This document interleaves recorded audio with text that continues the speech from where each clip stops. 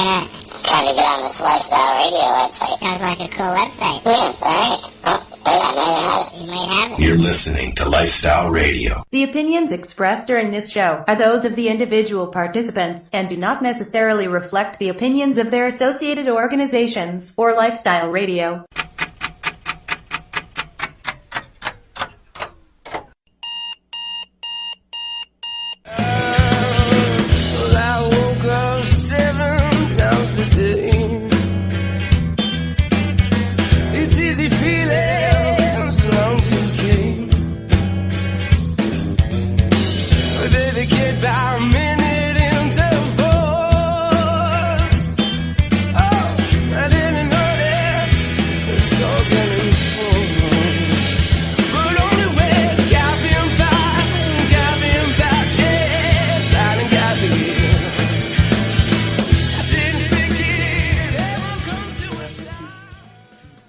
Good morning, everybody, and welcome to Cannabis and Coffee with Tamariuana.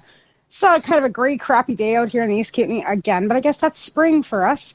I have Britney Anne with us this morning. I'm not even going to attempt to pronounce her last name because I don't want to sound like an idiot. but Britney's been around the cannabis community for quite a few years, probably as long, if not longer, than I have. And she's been in Vancouver and Toronto and Hamilton and all across the world. She's done a vast traveling, and she bought a little puppy from me about, I think it's about 7 years ago now, I think. Yeah. And so Figs is our famous Chihuahua. And I'd like to welcome Britney Anne to the show. Welcome. Hi, Tamara. How are you? I'm always, too bad. And how are you doing out there in Hamilton? I'm fantastic. I'm a little bored as of late, but we can get into that later. Absolutely. I guess, yeah, things have kind of gone a little bit astray for everybody out and down east with all these police interventions that's been going on the last little while. But that's a very unfortunate thing. But now we've got, I guess, one more day until the Liberals decide to put out their legislation. And so we'll kind of get a feeling for what they're going to actually be offering or not offering us in their overregulated Prohibition 1.0 or 2.0 or whatever you want to call it. So what have you been doing? Well, I guess let's start with the beginning. You started out in Vancouver with Mark. What year was that, 2008? 2008, yeah, is when I moved out to Vancouver, and I lived out there for about a month. And me and some friends attended Mark's extradition rally. It was when he was trying to fight extradition to the United States, and he had a freedom tour going all across Canada. And we stumbled across it at the Vancouver Art Gallery, just wandering downtown. And I actually sat right beside Mark and filmed him and just listened to him and kind of got inspired. And I remember looking over at my friends. Meet! And I said, one day I am going to work for that man. I am going to work for cannabis culture. I am going to do it. And, I just started going there. I started hanging out there. I would come with a joint all the time and smoke with Mark and Jody and Jeremiah. Actually, Jeremiah and I became pretty good friends before, just from casual visits and stuff. And so one day I added Jody on Facebook, and I was sitting at home just in East Vancouver. I wasn't far from downtown. And Jody updated his status. Mark had gotten taken to Port Coquitlam jail to await extradition. And it was within the first couple of days that this happened. And Jody posted on Facebook, back when Facebook was just starting to come out. It was, she posted on Facebook that she's stressed and she needs an assistant because she can't transcribe all of Mark's handwritten letters fast enough out of prison. And she had so much other work to do as well. And I was just sitting at my computer, and I just honestly, it was like a kick in the gut. And I knew that it was mine.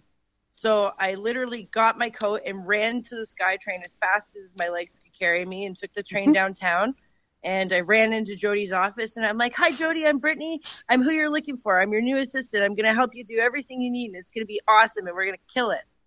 And so she was like, okay, you're super eager, and I feel like your ambition might help you in this situation, so let's give it a try. So she passed me a fat stack of Mark's handwritten letters, because as we know, Mark definitely has a lot to say at all times. So she handed me the letters, and I sat on the computer and I just started transcribing and typing them out and kind of getting to know this guy a little bit just through his letters. So after I think it was like 7 hours or so of typing these letters out, the phone rang, and it was Mark in prison.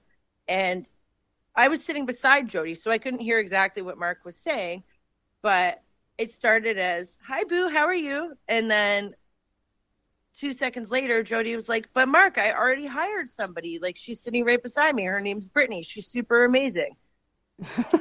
And then, okay, well, I'll just pay her cash and let her go. Like, tell her we're very sorry, but you're the boss and you hired somebody else. So I'm hearing this. Obviously, I can't interject and say anything because it's a phone conversation. And it was like I had the world given to me, and it was just snatched right back. And Jody turned to me and she's like, "Brittany, I'm so sorry. Like, somebody went to visit Mark in prison, and she's been in our industry for quite a while." And this was Mandy Potter. She was, I did paparazzi and stuff with her for a while, but they're like, she's already been in the industry, and Mark, like, he wants to hire her. So I'm so sorry. Here's $80 or however much it was for your day's work. And please come back. We can be friends and talk all the time and smoke joints together, and it'll be great. Yeah, I was devastated. I had went to Vancouver. I had fled all my problems and like pretty much fled from Ontario. And I felt like this was my chance, and I had lost it. So after a few days of pouting, I decided, you know what? I can't let this get me down. I'm going to go back to cannabis culture and smoke a joint and hang out and just, get to know these people, because we did seem like we would get along and have a great time.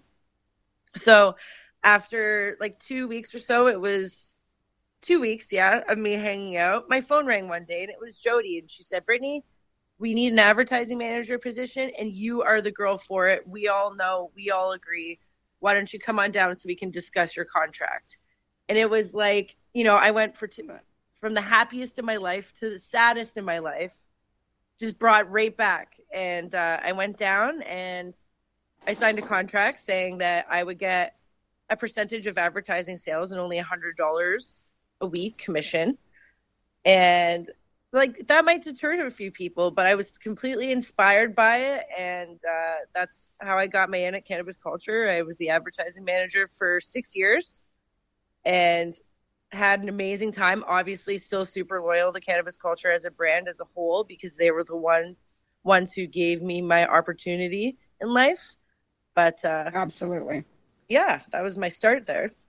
Absolutely. I remember when you first came on the scene too, because I mean, there was a time when I was an avid Mark and Jody advocate too. Like I was, right there along with you. I did the farewell tour. I had Mark in Lethbridge and Mark and Jody in Lethbridge, and very nice people. Like I really was very close to them too. And over the years, with Mark being away in jail and stuff, I think, everybody kind of went in their own little realm, and being in, off being in, northern or central Alberta, it kind of left me out of the loop for about 3 or 4 years. So, coming back into it now, I mean, I'm loyal to cannabis culture too, no matter what. Like, you know what I mean? No matter what. It just kind of doesn't boil down to anything. When you've been in the movement as long as we have, when you look back and you see who forefronted and who got us all started in a way, you have to stay there, right? It doesn't matter. Completely. So, and then, and you with the branding too, like, you started with the Cloud 9, right? Was your vapor lounge, and that was a dream of yours too. I know at one point you were, that was something you had talked about years ago, that you were going to go ahead and you were going to do this. So how did you get back? Like, you started out in Vancouver, you did the paparazzi too. So the paparazzi. Now that was for about a little over a year too, right? You were writing and doing your world traveling and writing articles for Cannabis Culture, right? Yep. I got to go to, so many weed expos. I've been to the Amsterdam Cannabis Cup, I'm pretty sure 6 or 7 times at this point. I've been to Cannabis. I've traveled the world. I kind of made my thing with Cannabis Culture, blogging about my international adventures, trying, like a rogue stoner exploring the world, trying to find weed in different countries, and not like taking too much of a risk, obviously. But that company has given me everything I have today. And I understand that I did work for it, and I did make it worth it. And I took the opportunity and I seized it and I ran with it. But that company is everything to me. They're my beginning, and they will be my end. That's right. And that's something that, when it's it's like family, right? You can't turn your back on that. Yeah. And nor would anybody expect you to. You know what I'm saying? Like, I'm sure that there's not one person out there that would look at you and not, you're an amazingly brave woman. Let's put it that way. Thanks so much. Like, you are. Like, I mean, there's many of us out there that would love to be doing what you've done and what you are doing. And you're not that old. Like, I mean, I look at you and I just, wow, look at the things that you've accomplished. Well, thanks so much. I got my job at Cannabis Culture when my first day was my 20th birthday, and it was the best present I've ever received in my life. I don't think it will ever be topped. Like, my eyes are watering just thinking about it right now. But so 10 years in October, I've been in this industry, so it's quite crazy to think that I'm a veteran at 29. Exactly, but you truly are. You forefronted a lot of things. Now, with the Vapor Lounge, then you decided to go into the branding with the Cannabis Culture dispensaries, and that kind of brought you. Well, we'll talk about that a little bit later too. So with the Vapor Lounge too. Now, that was the police weren't really looking so much at the Vapor Lounge at all. You've never had much problems with that, have you? Well, actually, I had a dispensary in Burnaby. Oh, yes. Yeah, let's go back. Yeah, let's go back to, because you had been arrested before because you opened a dispensary out in Vancouver.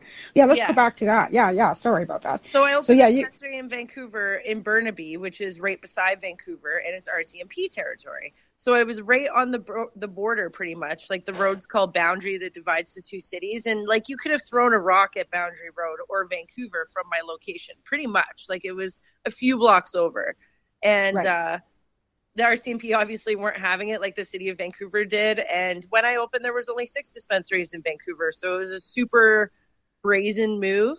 I don't know if it was the smartest move. I just found a great location and went with it. That was what my basis was on. It was across from the biggest mall in the Lower Mainland with SkyTrain access and everything like that. So that's what I saw. But so that started. And then in 2012, I decided to move home to Hamilton because I'm originally from Ontario, to start a life with a guy who I'd known for a long time, who's now my husband. So it was very worth it to move home. And I kind of just sat around for a few years because the weed scene wasn't really happening very much in Hamilton. Like, there was one dispensary. It was a pretty sketchy place. Like, I didn't really want to pop up and associate myself with that very much. But so there was one Vapor Lounge that was doing really well. So I decided to start, like, kind of dip my toe into the Hamilton weed industry with a Vapor Lounge, because it's kind of pushing the envelope, but it's not really pushing the envelope. And that was open from December 1st, 2015 is when I opened that. And then in March, I decided to partner up with Weeds, Gifts, and Glass and open that next door, because I had the 2 bottom floors, like the bottom commercial floors of a building, right? So the other one was empty, and we were just like hemming and hawing over it. Like, I would throw a New Year's party for my friends or something in there, kind of deal. Right. So then I opened Weeds, Gifts, and Glass, and that was kind of my venture back into the dispensary industry. And it went really well. After a while, I decided that corporate partnership in their form wasn't really for me. So I pulled from their branding, and I opened up the Medicine Cabinet in Hamilton, which is a dispensary that's still currently operating in Hamilton. And then I was there for a while selling strictly licensed people only, although we did have some weed patients and stuff that were still accepted. But I kind of like had tighter bootstraps in the beginning in Hamilton because I didn't know how they were going to take it, right? So once weeds came to town, and I know the dispensary boom. Like, I saw the dispensary boom how many years ago in Vancouver. So it's kind of like I'm reliving my life, which is interesting because Ontario is so backwards compared to Van that I've already done this once and seen how it all happened and saw how it works. And now I'm over here. So once weeds opened, there was 5, 6, 7, 10 dispensaries. The numbers just kept climbing. I saw more West Coast chains coming over.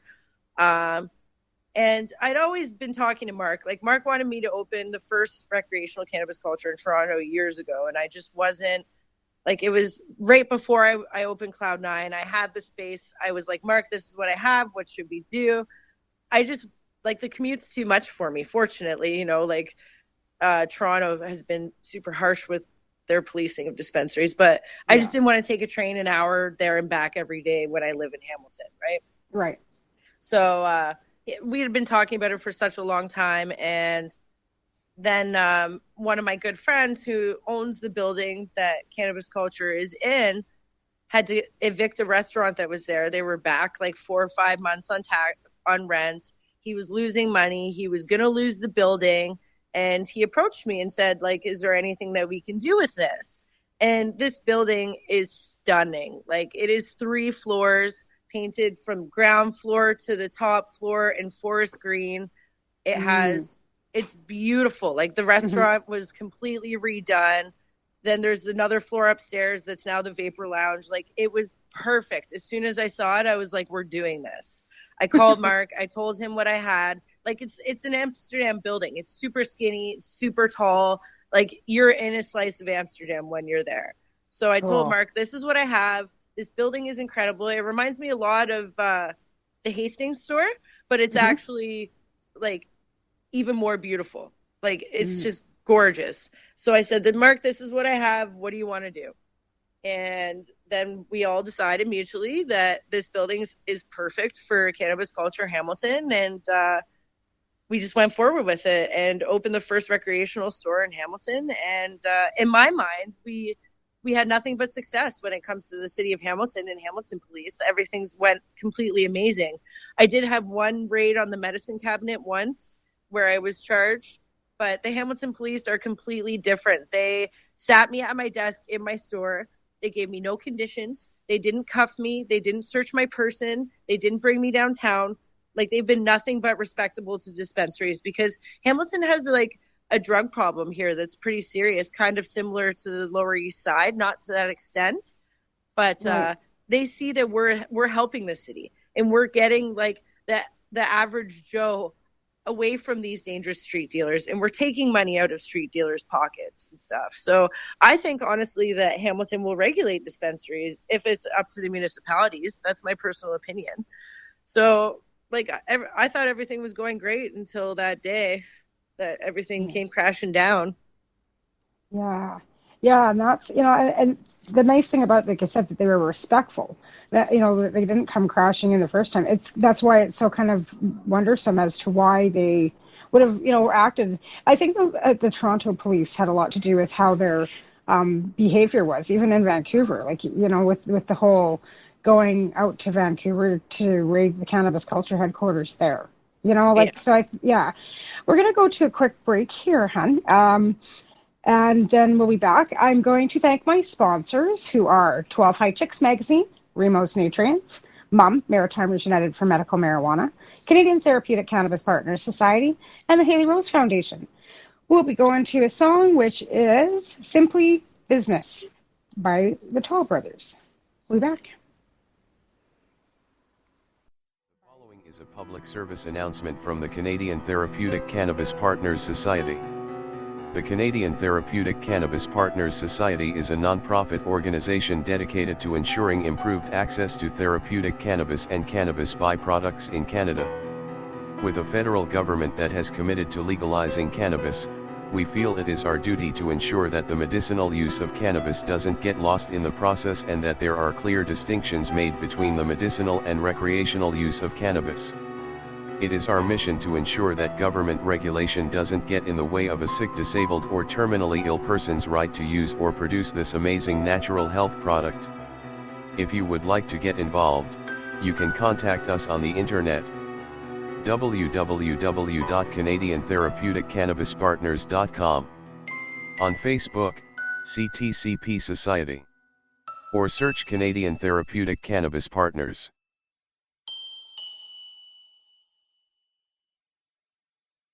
You're listening to Lifestyle Radio.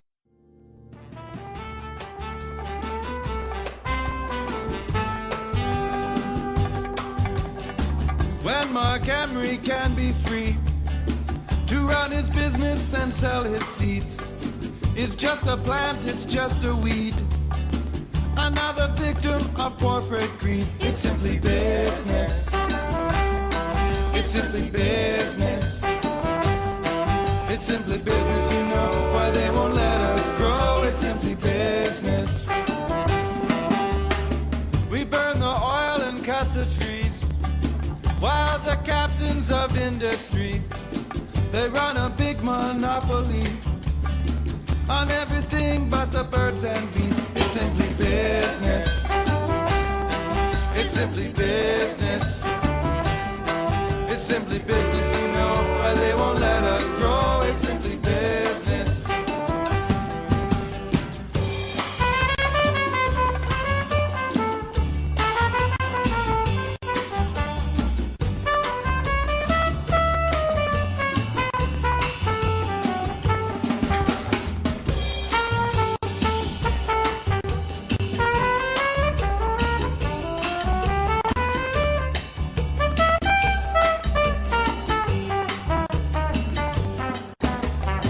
Herb has a fiber, food and fuel. You heat it up, it makes you cool. Illegal brownies, oh my my. It makes you laugh, but it makes me cry. It's simply business. It's simply business. It's simply business, you know why they won't let us grow. It's simply business. It's a medicine for many ills. It's cheap and safer than all those pills. It's in the Bible, 1 Genesis 29. It's also simple, it repels the mind. It's simply business. It's simply business.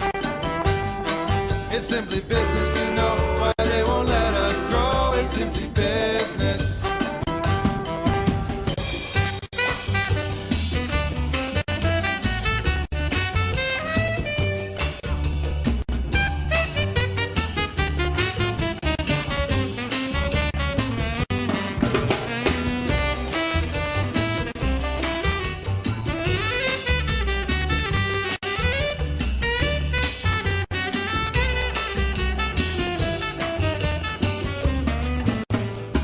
All the wars in the world you see, they're shooting guns from a factory.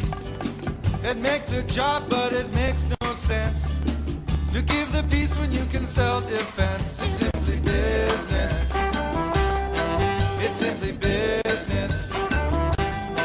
It's simply business, you know why they won't let us grow. It's simply business. It's simply business. Oh, right. And we're back with Britney Anne. So we're going to go back to your we were just talking about what happened with the cannabis culture in Hamilton and how the police, when they first came in to talk to you with your first dispensary, that they were very, polite and they sat you down and didn't really, and then the mood changed. Yeah. So should I start with the day before?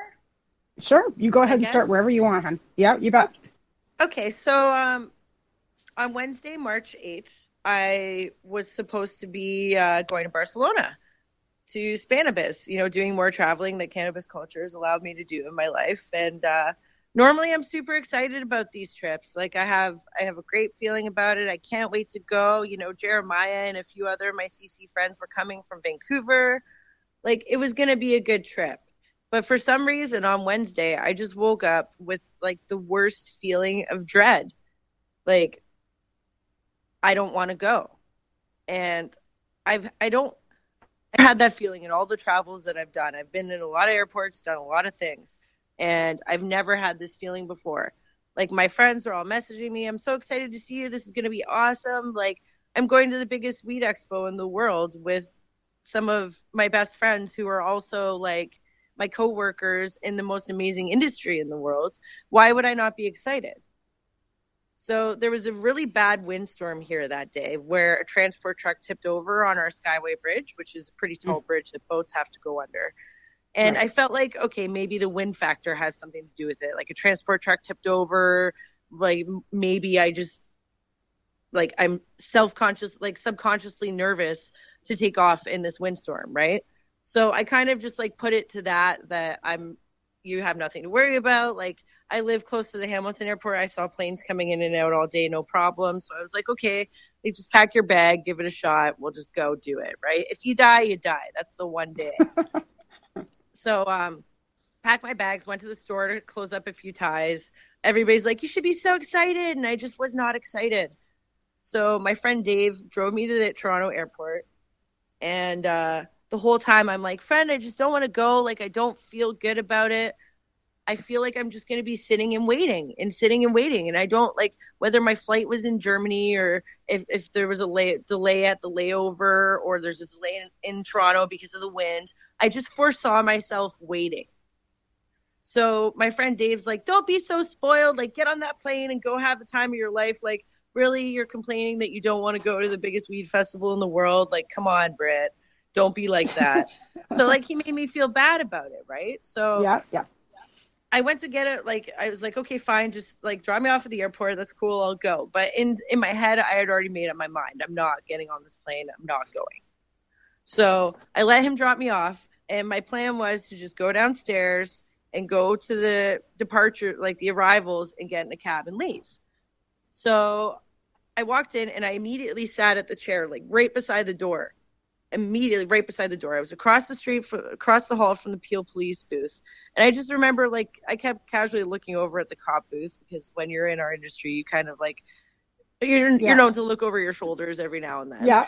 And I was sitting there texting Jeremiah and Tia and my friend about how I can't go. And they're in the air flying from Vancouver and can't answer me. So I'm like texting and backspace. Like, what do you say to these people you're ditching when you're meeting them across the world? Right. So it struck my head that the transport truck tipped over on the highway and the traffic was chaos. And there was CBC reports on it and stuff like that. So I kind of told a little white lie and I was like, I can't come. The transport truck tipped over on the highway. I missed my flight, blah, blah, blah. So after about 20 minutes of typing and erasing the same text message, I finally decided, okay, you're not going. Push send. And I got up and walked over to where you get in line at the Air Canada gate. And I said to the lady, I was like, I'm really not feeling good. Like, I keep on being sick. I don't know what's wrong with me. Like, I don't think I can get on this flight. And she looked at me and she's like, are you sure? Like, this is a big flight to just drop out of. And I'm like, yes, I'm sure. So she pulled me to the side counter, not at the check-in line, and took my passport and typed in my name. And she's like, oh, you're already unloaded off of this flight. And I didn't think anything of this. Okay. So yeah, I was texting my girlfriend and, I said, like, I can't make it, blah, blah, blah. Maybe when I was texting her, I missed my time to check in, right? So I was like, okay, fine. I'm just going to go. She's like, the Air Canada lady was like, get on the phone with Air Canada so that you can cancel your flight and actually get a credit. So I got on the phone with Air Canada and I walked out the airport door and I left and I went home. So literally in this cab, I'm feeling like the craziest feelings, like, just go home, go to bed. Your friends will be okay. They're not going to be upset that you bailed on them. You'll work it out tomorrow. So I had smoked like 10 rock joints that day. So I was super burnt out. And I got home at 9:00 and I went right to bed. I didn't even unpack. I just kicked my shoes off, went upstairs, went right to bed. I wake up the next day and I have like 10 to 15 text messages about Mark and Jody being arrested at the airport. Oh, man. So it still didn't kick into me that I was unloaded off of this flight, right? So I'm sitting in my room, and one of my girlfriends who owns another dispensary called me, and she's like, we're going to Barcelona last minute, blah, blah, blah. And I'm like, I didn't really want to go. Like, I had just the worst feeling. And then I wake up this morning, and Mark and Jody are arrested. She's like, really? Can I have your hotel? You didn't cancel it, did you? So we called TripAdvisor and I switched everything over, got to change the name. I was on the phone for about 45 minutes. And in that time, another friend came over and I was downstairs cleaning and I was just frustrated. And I said, you know what? I just want whatever's going to happen to happen. Like, I'm sick of this. Mark and Jody are arrested. What's going on? What is happening? And then not 2 minutes after those words were out of my mouth, I get a call saying Cannabis Culture Hamilton's being raided. And as I'm getting that phone call, I'm getting text messages saying Cannabis Culture Vancouver's being raided and Cannabis Culture Church Street's being raided. And I'm like, oh my God, they're coming for me. Yeah. And then it hit me that I was unloaded off of that plane. So I was supposed to be arrested with Mark and Jody the night before. Yeah. Well, so then I just started running around my house, like gagging, because I was so nervous, like not knowing what's going to happen. And like 10 minutes later, the cops were here. And he just sat me in my living room, and the rest of the team searched my house. And he was from organized crime. And he's like, look, you're small potatoes in my mind. Like, I busted kilos of crack cocaine and hundreds of thousands of dollars yesterday. Like, they just pulled me. You were the paper that fell on my desk because we did not have time. So, like, they didn't have enough cops on the force. So, right. Like, he was super nice, super respectful. Like, he walked me upstairs and allowed me to put a sweater on because I was just in a tank top, and like let me brush my teeth and stuff before he took me. And like, he wasn't horrible in any way, that's for sure, which is always better. Because at home, my door didn't get knocked. Everybody else's doors got kicked open because nobody was home.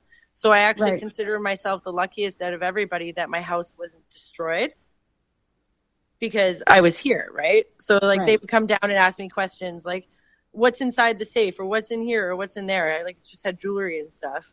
And like it was easier for them because I was here, and like they were respectable about it, whereas everybody else's houses got flipped upside down. So I'm super thankful for that. But they didn't arrest any staff at the store. They're literally, where's Britney Guerra? Where's Britney Guerra? Where is she? Where is she? All they wanted was me. So they got me, and that's about it. Wow. And they didn't arrest your staff. So that's, well, I mean, that's good in hindsight, but I mean, it's really good because that's less charges that you have to worry about covering lawyer fees and stuff for too. But I just, even the bail conditions you guys are under, like, it's just, it seems so arbitrary. I've never heard anything so ridiculous in my whole life, but I understand the feeling of, sitting in that cell with, when, bare feet and, or, freezing your ass off. It's just not a fun place to be for anybody. Yeah. So then, I don't know, once I got there, I heard Chris talking in the cell, and they had arrested them at the bail hearing, because by the time I woke up in the morning, I wouldn't have had time to get to Mark and Jody's bail hearing, being in Hamilton. Right. Like, traffic's just too strong at time of morning. So I wasn't going, right? There was no way I could make it there. And then I heard Chris's voice, and then we all kind of realized what's going on. Was that we're all here. Yeah, we're like, did somebody bring a doobie? It's just it's like, kind of like a reunion you don't want to be having. Yeah, pretty much. Yeah, but and that's affected, everything that you guys have been able to do for the last month. Too. Like, in reality, you can't even speak to each other, as from my understanding. Yeah, we can't talk to each other, so we've had no communication, which is different because we, went from communicating all the time to absolutely nothing. But I'll see them on the court date, which is nice, and I'm sure I can say hi and give them a hug and stuff, which is cool. Right. But our conditions are super strict, and that's because it's a political target. Cannabis culture has too much power in legalization and too many followings in this country that it was an issue that we were serving thousands of people a day. Like, I can understand why why LPs and people would be afraid. Well, in hindsight, like, why would they expect that, anybody that's been forefronting this industry would not be out there, doing what they set out to do?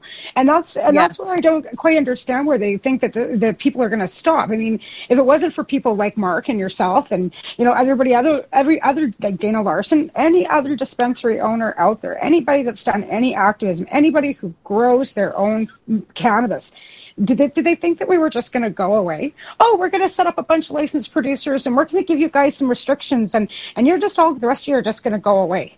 Like, I'm not really understanding where they figured that we were supposed to go. Well, and here's the thing, right? Legalization existed before 2013 in cannabis, not legalization. Like, the marijuana industry has existed since before 2013, and pot stocks. Yeah. Like, we've been here for 20 years. Maybe not myself. Cannabis culture has been here for 20 years. And these LPs and the government are just acting like it's a new industry that hasn't been here. They're legalizing because of how much pot is everywhere. So what makes them think that they can just open up these gigantic factories and that's going to shut everybody down that's been already doing this for, some people 50, 60 years? Right. I know, and that's exactly my point too. Is like we're just little. Like, I mean, I've only been in the industry or the movement 10 years too. But think of all the people that are here before us, and how they feel like about the whole basic takeover. But then you've got people within that industry, the LPs, that were fighting for legalization at one time alongside us, and now they're involved with the licensed production too. And it's not like there's not room for everybody. I think that's the biggest message that we have to get out to everybody. There's room for crafting. There's room for dispensaries. Hell, the demand is so high that you could open a dispensary, have 10 in every little town, and it still wouldn't be enough. And the government should be happy that people that have been on the black side of the market are willing to come to the legitimate side and not stay in the closet. Like, how many people are not paying taxes because they're doing the black market side? Take our money. Take our goddamn taxes if that's what it's going to take to make it so that I don't have to be a fucking criminal anymore. And that's how I feel. Yeah. It's interesting. It's certainly, these conditions are so strict. And I'm telling you, that prosecutor in that courtroom, his vein was popping out of his forehead. I can't say very much about Project Gator, but I can say that it was an 8-month investigation that cost millions of dollars to prove that we're selling marijuana to anybody 19 and over. That's repulsive. Millions of dollars spent, when we're already government's in deficit by billions of dollars, and the police are still demanding budgets that are outrageous to be able to do this to people. Well, here's my thing is, I've talked to a couple Hamilton police about the situation because, for one, the Toronto police didn't even call Hamilton police. They didn't even pick up a phone and call and say, hey, guys, just let you know we're coming into your neck of the woods. They didn't even call. So from what I gather from Hamilton cops is Toronto's police budget is so exponential that they will stand up to the dispensaries. And you have to think about this. Bill Blair was the chief of Toronto Police. Bill Blair is the head of the legalization task force. Mark Sanders worked under Bill Blair. For Absolutely. How many years? Yeah, absolutely. So why are the Toronto Police the force of this anti-dispensary movement? Well, here's a question for your lawyer, too. Like, if the Toronto Police come into Hamilton without permission, are they not out of jurisdiction? They have no jurisdiction to come in and do anything. They're not RCMP. They don't have federal jurisdiction. They don't have jurisdiction in Hamilton. Well, I asked the cops this while they were here, and they said that drug squads have jurisdiction by province. Oh, that's something I didn't know. And maybe, who knows if he's telling the truth. Like, I feel like he was pretty honest about it. But, I just don't see how that can be right. Because as far as I knew. That's why the VPD were there, though. Yeah. In BC, and they didn't even have to call the Hamilton cops. Yeah. Okay, hon, we're going to take another quick break. And we'll be back in a few minutes. So we're going to, again, thank my sponsors, who are Remos Nutrients, 12 High Chicks Magazine, Canadian Therapeutic Cannabis Partners Society, MUM, Maritimers United for Medical Marijuana, and the Haley Rose Foundation. And we're going to use the song that I use for my opening of my show, which is Coffee and Pot by Lab Cats. And we'll be back in a few minutes.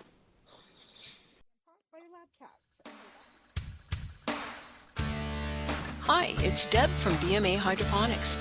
Whatever you are growing, from vegetables to medicinal cannabis, we have everything you need to succeed. From seed to harvest to processing and extracting, we carry all the brand name products that will help you produce, process, and consume high-quality medicine. Our knowledgeable staff of qualified growers have decades of experience with home production, and all possess either MMAR injunction status or an ACMPR registration certificate. We offer the largest variety of products available anywhere, and if you don't see what you're looking for, just let us know and we'll find it for you. Visit our store at 404 Maitland Drive in Belleville, Ontario, or visit our website at bmahydroponics.com. We can be reached at 613-967-9888, Monday to Saturday from 10 a.m. to 5 p.m. or find us on Facebook at facebook.com/BMAHydro and drop us a line at BMA. Our motto is your success is our success. Hi, it's Ross from BMA Hydroponics. Whatever you're growing, from vegetables to medicinal cannabis, we have everything you need to succeed. From seed to harvest to processing and extracting, we carry all the brand name products that will help you to produce, process, and consume high-quality medicine. Our long list of suppliers ensures that we can get all the brands you know and trust. Our knowledgeable staff of qualified growers have decades of experience with home production of medicinal cannabis, and all possess either MMAR injunction status or an ACMPR registration certificate. If you don't see what you're looking for, just let us know and we'll find it for you. At BMA Hydroponics, our motto is, your success is our success. Visit our store at 404 Maitland Drive in Belleville, Ontario, or visit our website at bmahydroponics.com and click on the shop button. We can be reached at 613-967-9888 Monday through Saturday from 10 a.m. to 5 p.m. or find us on Facebook at facebook.com/BMAHydro.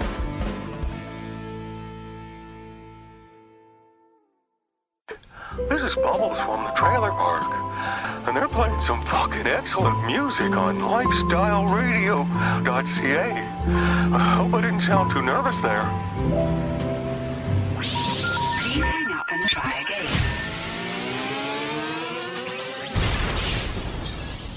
You're listening to Lifestyle Radio.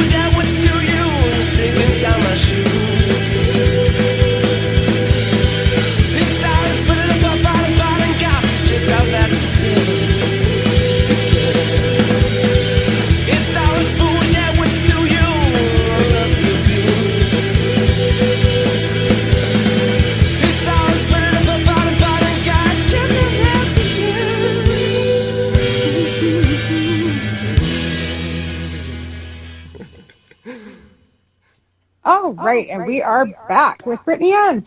Yeah, we've been talking about a few things like, dispensaries and raids and all kinds of great stuff that, the police have been doing to our cannabis community over the last 6 months. And it seems to me, well, I think it seems this way to everybody, that we've had more raids in the last 6 months than we've had in the last 6 years. And I'm not really sure where they're going with this. And like I said, the Liberals now have come out saying that this Thursday, which is tomorrow, they are going to introduce legalization legislation into the House. So what's your take on this, my dear? What do you think they're going to throw at us? I don't know. Like, I think it'll be provincially for sure. I think that British Columbia will have dispensaries. Ontario will definitely be into some sort of provincially run LCBO type model, I can assume.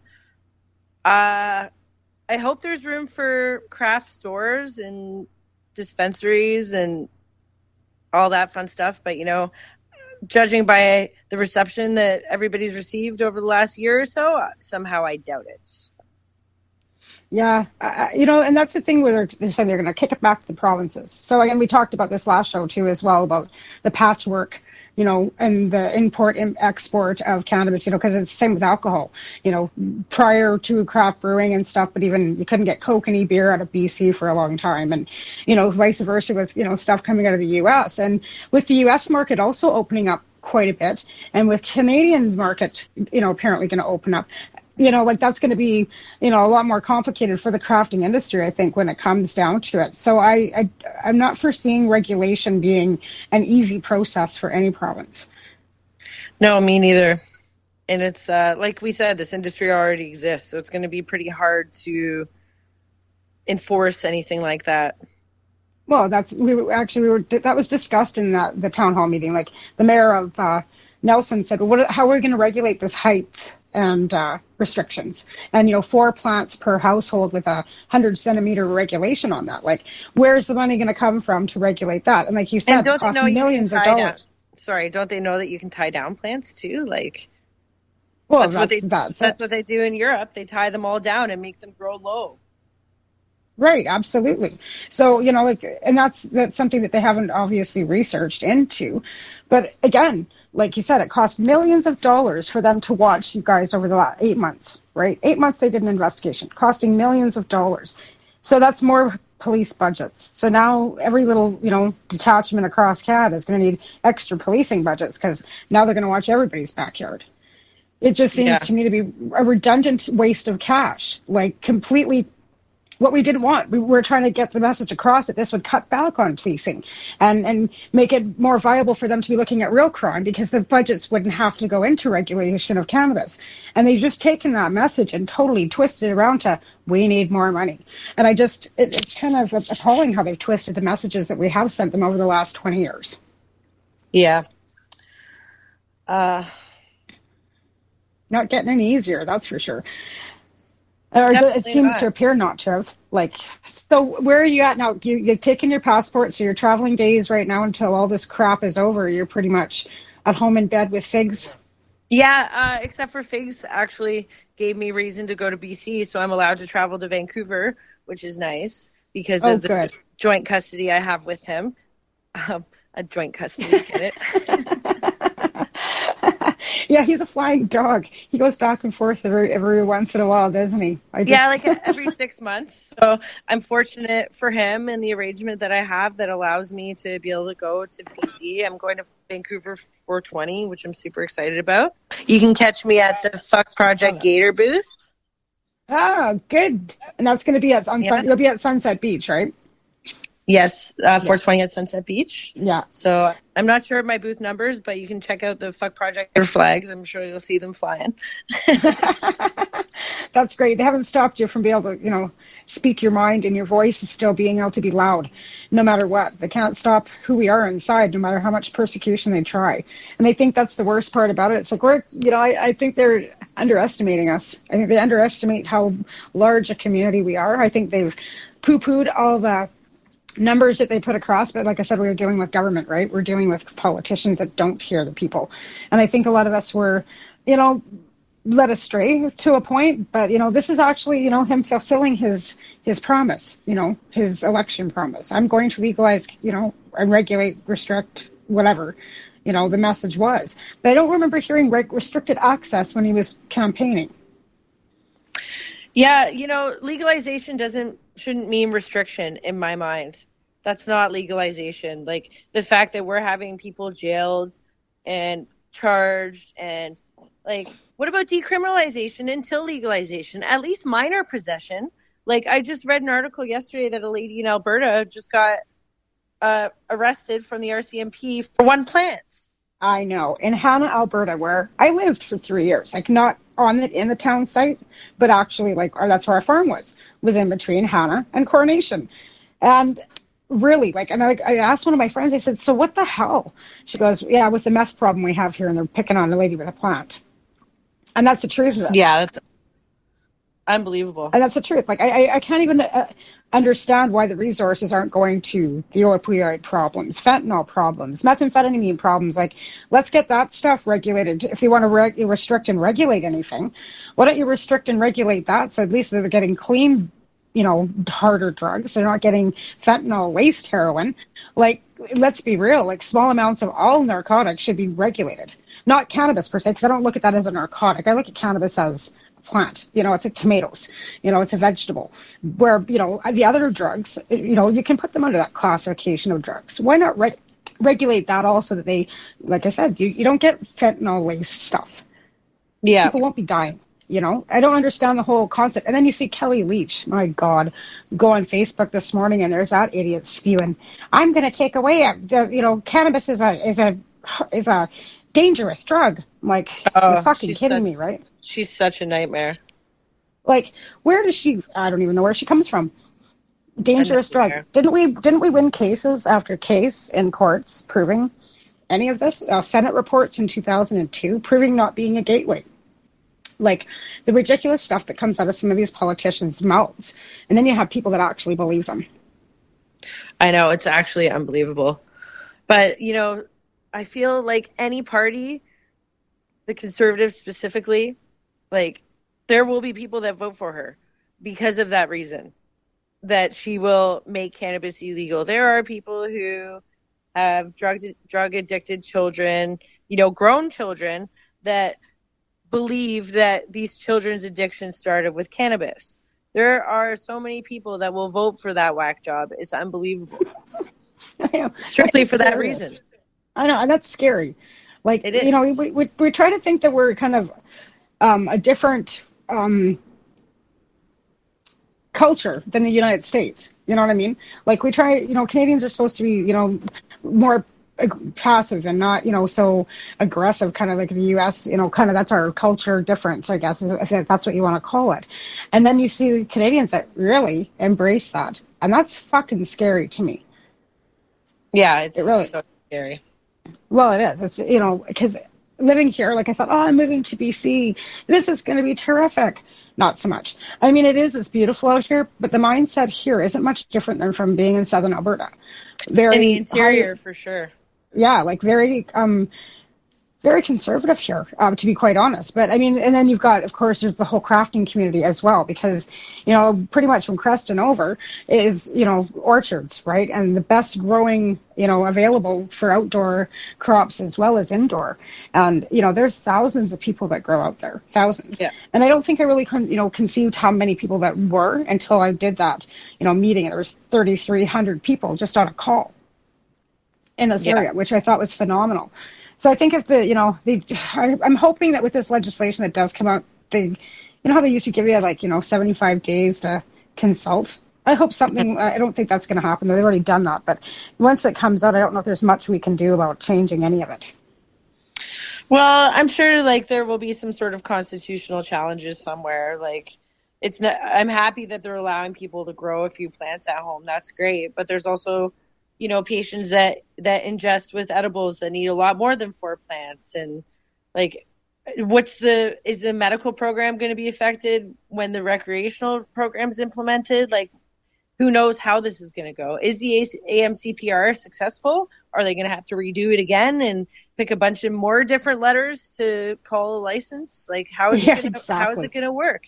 Who knows? Well, as an ACMPR waiter, because that's what I'm calling myself right now. I can't call myself a holder because I don't have my paperwork yet. I call myself a waiter. Apparently they're holding them back 4 or 5 months. I phoned the other day, and apparently mine's still in the frickin' mailroom. It hasn't even made it to somebody's desk, and we sent those off the 10th of February. So that's really disheartening to me that, patients are being made to wait because, we have to jump through the hoops, find a doctor, convince a doctor, do whatever you have to do to get a doctor's signature. I'm hoping that there's going to be some tweaking along the way, that there's 4 plants is for anybody is kind of ridiculous. It lays small. I mean, it's better than nothing. I will say that. I'm not going to dispute that 4 plants are better than no plants, but 4 plants for really anybody, if you think about it, if recreationally, a lot of people do smoke daily, and, that's preventative, I guess, if that's what you want to call it. And I don't think those people are going to stop. And I don't think anybody's going to stop doing what they're doing, no matter what they put in. Oh, I know. Unless they give conditions like mine. Yeah. Well, they don't give you much choice. And that's the unfortunate thing about your conditions is that they haven't given you any choices. And that's unfortunate. And it breaks my heart to know that you guys have to go through any of this. Quite frankly, I don't think anybody belongs to have to be persecuted for something that they believe so strongly in. And it's a human right. It's a civil right. And I just can't fathom them, the ability that they could just wipe everything and just kind of take it and, you're not supposed to do your life. It's your life. Yeah, I know. It's crazy. I'm actually in the process of launching a jewelry line designed by Karina Gonzalez. So that's exciting. That is exciting. It's a pot leaf jewelry line. It's legal. I can't get in trouble for it. Maybe coming out with some limited edition CC5 pendants for certain few people. That's awesome. That's awesome. Yeah, and she's so talented. She really is. That's just an awesome project. Yeah. That's an awesome project for you guys to be doing. That's terrific. We'll have to promote that for you when you guys get off the ground. Yeah, for sure. We're working with some jewelers down here right now. So she's actually in town with me and we're really looking forward to it. We're going to hope for a summer launch. So that's awesome. Now, where can people get a hold of you about the jewelry line? We'll wait till after you get there, and we'll have to have you back on the show once you get that launched so people can get in touch with you about that. But if they're interested, is there somewhere they can get in touch with you about that? Well, I'm actually I'm still working on my branding. I have all the designs made by Karina ready to go, but we want to kind of keep it a little bit under wraps until my branding's ready, and we're just going to launch with a bang with Instagram and Facebook and all that. But as soon as we do, I would love to be back on the show and chat more about that. Awesome. That's awesome. We have both of you on at the same time. That would be even better. Yeah, that would be wicked. Yeah. So we'll have to look forward to that as well. Well, I'm going to say goodbye to you, my dear, and wish you the best of luck because I think that comes from everybody in our community, a great big huge community hug, because I can't imagine, it's not that I can't because I've been there too to the point, but it's just appalling to me that you're having to go through any of this, that any of you are going to having to go through any of this. Any one of the people that have been, persecuted for cannabis, because nobody belongs in jail for pot or cannabis or anything, that, it does really make you feel better. So on that note, I'd like to again thank my sponsors, who are 12 High Chicks Magazine, Remo's Nutrients, MUM, Maritimers United for Medical Marijuana, Canadian Therapeutic Cannabis Partners Society, and Haley Rose Foundation. And you too, Brittany. Again, wish you luck, and I'm just giving you a hug because it's going to be, interesting. Yeah, well, it'll be a huge trial, so I'm excited to kind of see what happens when it's over. That's for sure. Well, we'll be fighting beside you, that's for sure. Well, thanks so much, Tamara. Have a great day. You too. Take care, hon. Bye, everybody. Have a great week.